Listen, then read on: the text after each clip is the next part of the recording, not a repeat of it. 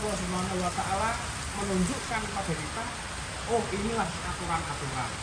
Kalau kita nak mencapai posisi yang indah, kita haruslah mengikuti alur jalan yang telah ditetapkan oleh Allah.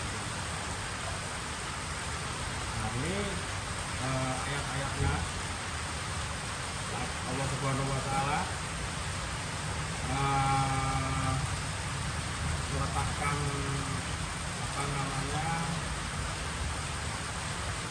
tanda-tanda bukti kebesaran Allah itu dalam surat Al-Ankabut. Itu Allah Subhanahu wa taala juga mengajak kita untuk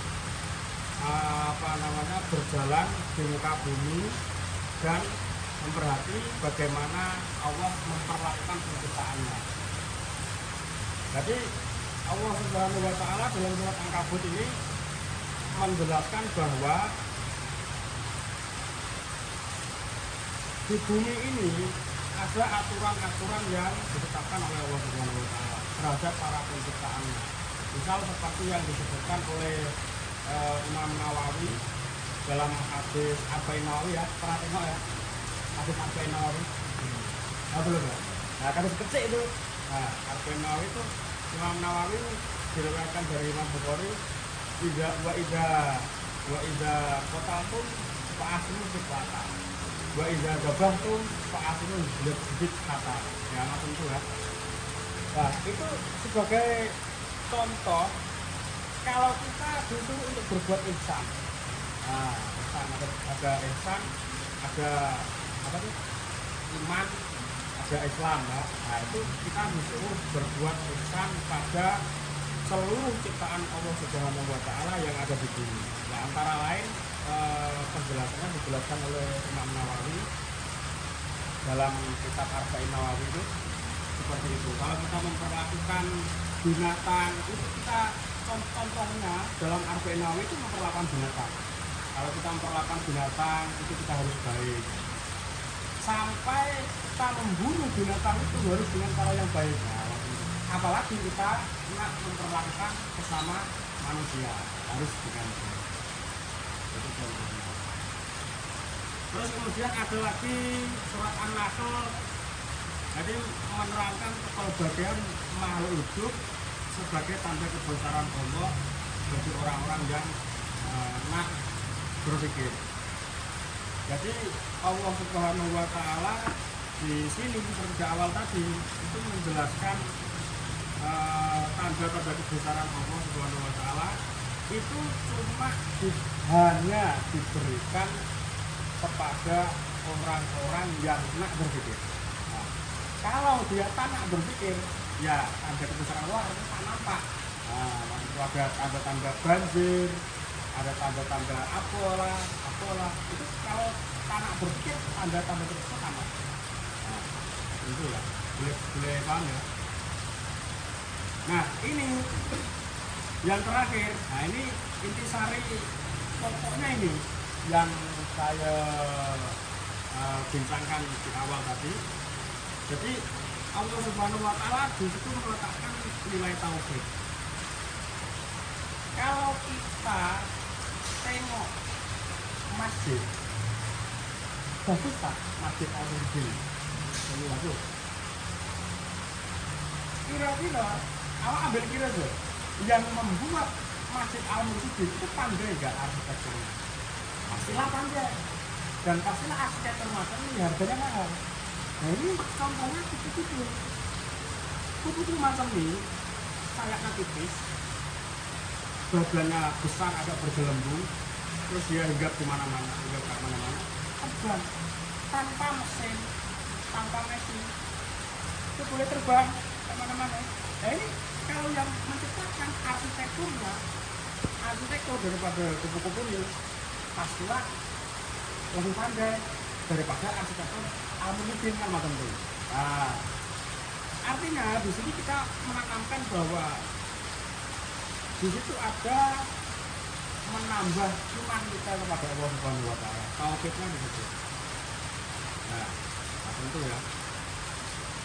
Terus kemudian ada lagi menanamkan rasa syukur kita kepada Allah Subhanahu wa taala.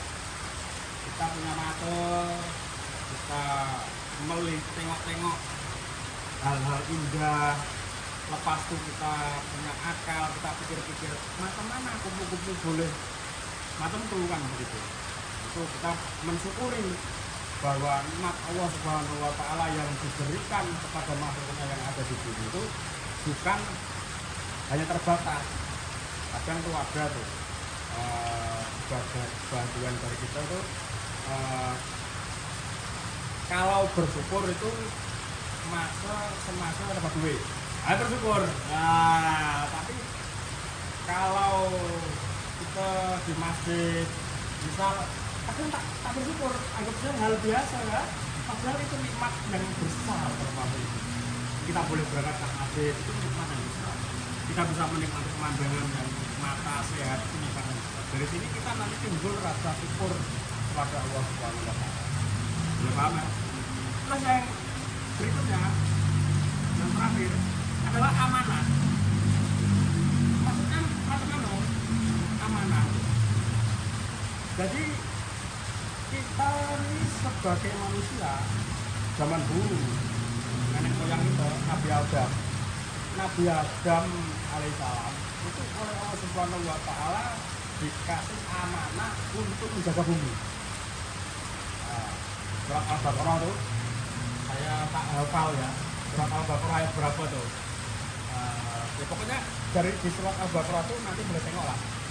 Di surat Al-Baqarah tuh Allah Subhanahu wa taala menjelaskan bahwa Nabi Adam disuruh turun ke bumi untuk menjadi khalifah, menjalankan amanah Allah Subhanahu wa taala, merawat bumi yang sebelum masa Nabi Adam itu hancur.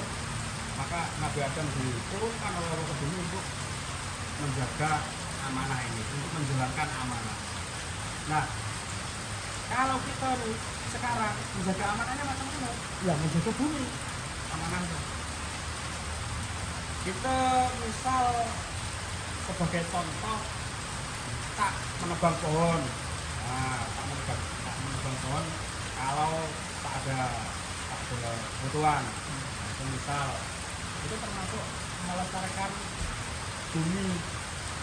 Kita tak ambil burung-burung, sarang burung tuh. Kalau di Jawa ada tuh, diambil tuh. Kalau di sini tak ya. Itu sebagai contoh menjaga amanah yang telah diberikan oleh Allah Subhanahu wa taala.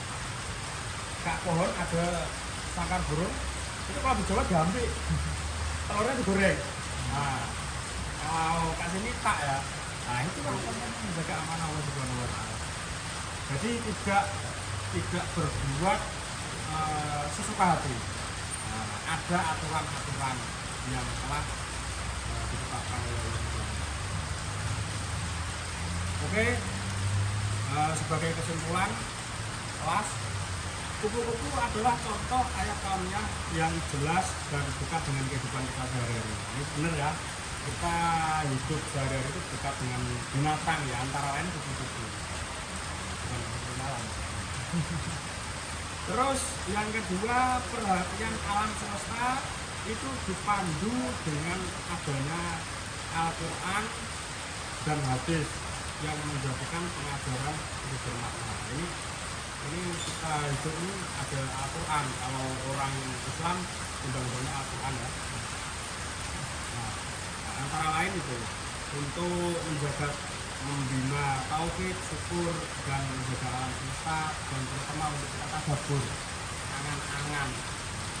Jadi kita tadabbur tentang kehidupan, bagaimana kehidupan kita, kehidupan lepas, bagaimana kehidupan kita yang akan datang. Jadi tadabbur. Oke, boleh paham? Sekarang nih saya nak minta refleksi dari awal. Refleksi boleh pertanyaan, boleh kritik, boleh komentar, boleh bikin paragraf pun boleh. Refleksi dari awal. Boleh ya? Ada refleksi tak dari